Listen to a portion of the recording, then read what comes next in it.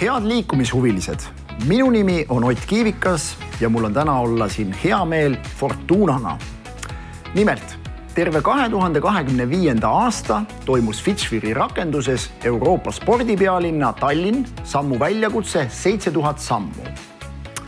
Meil on väga hea meel tõdeda, et see väljakutse osutus äärmiselt populaarseks ja sellest võttis osa 14 183 inimest.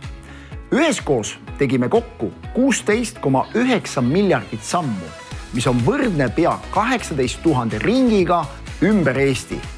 Vägev saavutus. Igal väljakutsel peavad olema ka eesmärgid.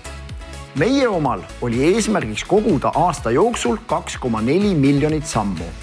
Sellega said hakkama 3473 inimest ja teie kõigi nimed on loosirattas, mis valib välja ühe õnneliku inimese, kes saab oma sammude eest premeeritud 2000 euro väärtuses reisibüroo kinkekaardiga. Niisiis, kui teie olete valmis, oleme ka meie valmis. Paneme loosiratta tööle.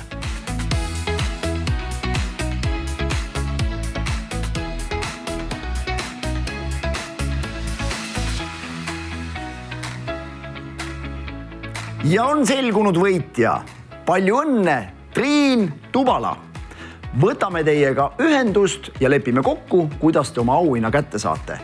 Aga kõigile teistele soovime kindlasti jätkuvalt ikka edasi liikuda, sest liikumine on elu alus. Soovime teile head 2026. aastat ja liigume edasi üheskoos.